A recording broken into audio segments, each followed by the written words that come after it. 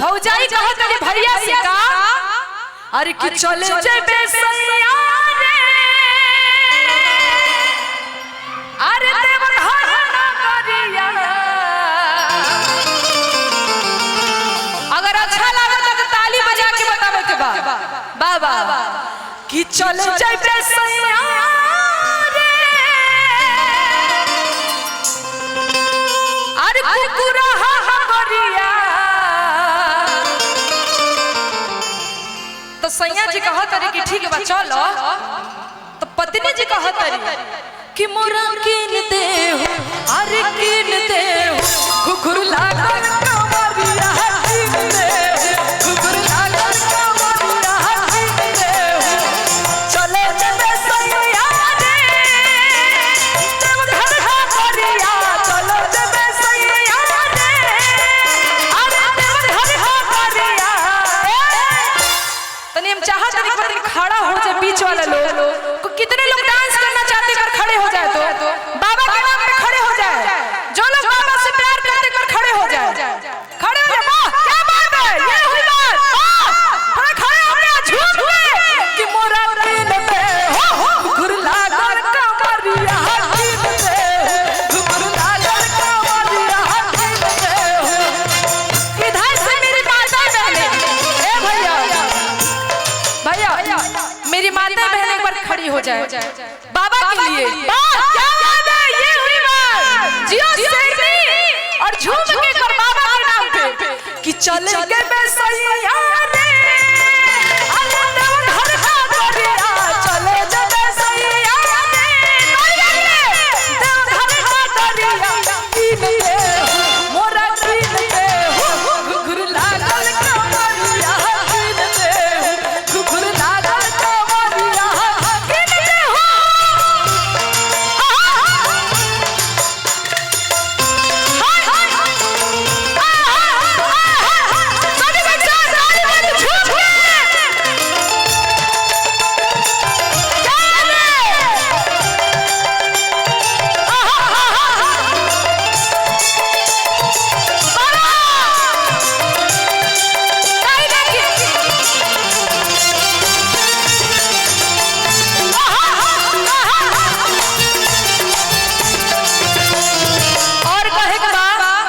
Sofa वाले भैया मैं चाहती हूँ आप भी खड़े हो जाइए खड़े हो जाए एक बार खड़े कितने अच्छे लग रहे हैं आप एक बार खड़े हो जाए। क्या बात है खड़े हो जाए एक बार दोनों आदमी जब भी खड़े हो जाए एक बार साथ में हाथ ना लेट करो। मैं चाहती हूँ जितने सोफा वाले हैं एक बार खड़े हो जाए। क्या बात अगर बाबा के भक्त हैं तो यहाँ से डांस करेंगे। चेयर वाले भैया लोग भी खड़े हो जाए आप लोग खड़े हो जाए। कब से बैठे बैठे पैर दर्द नहीं दे रहे हैं थोड़ा खड़े हो जाए खड़े होकर डांस करके। बाबा के भक्त हैं तो डांस करिएगा और नहीं तो महिषासुर के भक्त होंगे तो बैठ जाइए।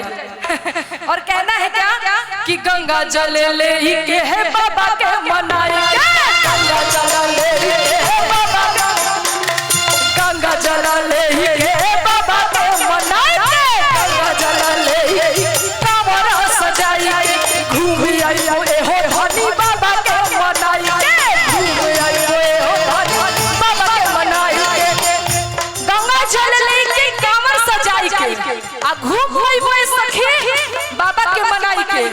ओकरा बाद अरे घूमी आई वो धनी रे देव घर हा करिया घूमी आई वो धनिया रे अरे देव घर हा करिया कीन दे तोरा कीन दे घुघुर लागल कमरिया कीन दे घुघुर लागल कमरिया कीन दे बाबा चले जेबे सैया रे देव घर हा करिया चले जेबे सैया रे देव घर हा करिया।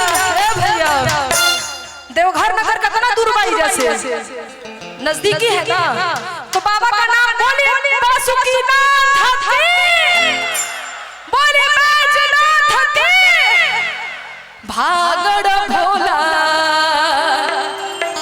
सभी के झूम के ताली बजा के कि तोरा कीन दे घुघुर लागल घुघुर लागल कमरिया कीन दे। क्या बात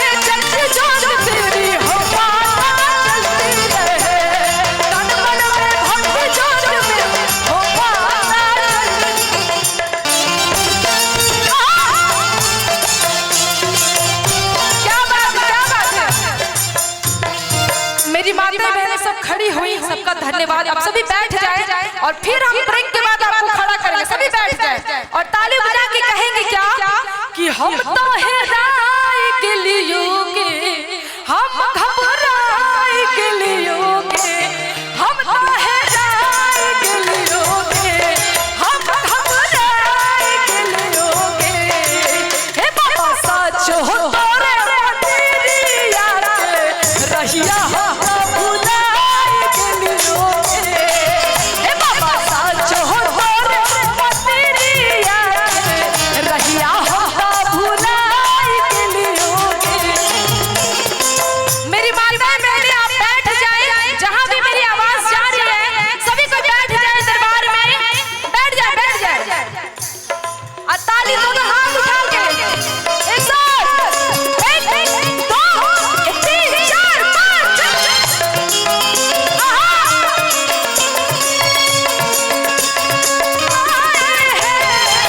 भरते छोली मैया भोली बिगड़ चला आए हैं। भरते छोली मैया भोली बिगड़ चला।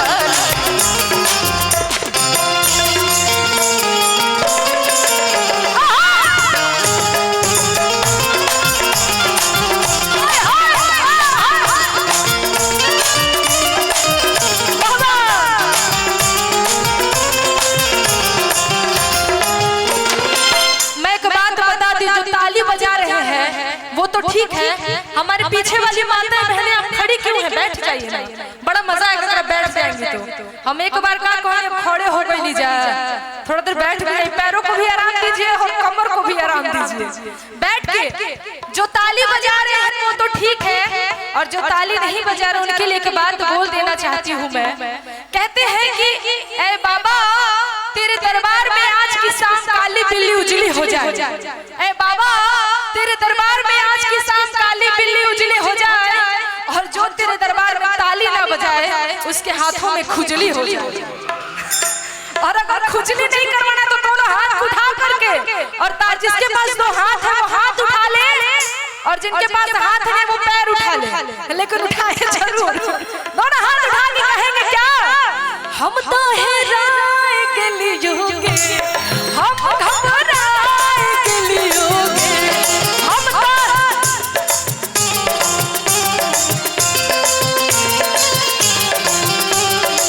हमारी सांच हो तोरे मंदिरिया रहिया भुलाए गेलियोगे। हमारी सांच हो तोरे मंदिरिया रहिया भुलाए गेलियोगे। सभी में झूठ के सभी में झूठ के साथ हाय हाय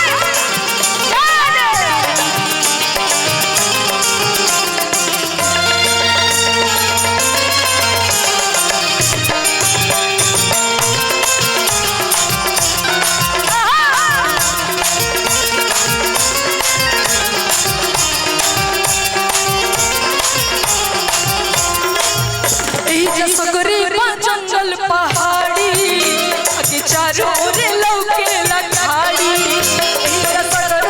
जंगल पहाड़ी आगे चारों रे लौके लखाड़ी। हम खोजे खाते रहिया निहारी सची बाबा हमार कहा बड़ी। हम खोजे खाते रहिया निहारी सची माई हमार कहा बड़ी। या तो तू ही ना तो पास बुला, या तो तू ही ना तो पास बुला। और माँ जब नहीं आएगी तो क्या होता है पता है? हमारी सोफा वाली आंटी लोग तेरा ध्यान किधर है, तेरी हीरोइन इधर है। थोड़ा ध्यान भटकाइए मत। हमारी दादी कितना अच्छा मुस्कुरा रही हो, क्या बात है। थोड़ा हाथ को उठा के एक साथ कहेंगे क्या कि जीवन राय के लिए लोरवा सुखाए के लिए, जीवन राय के लिए लोरवा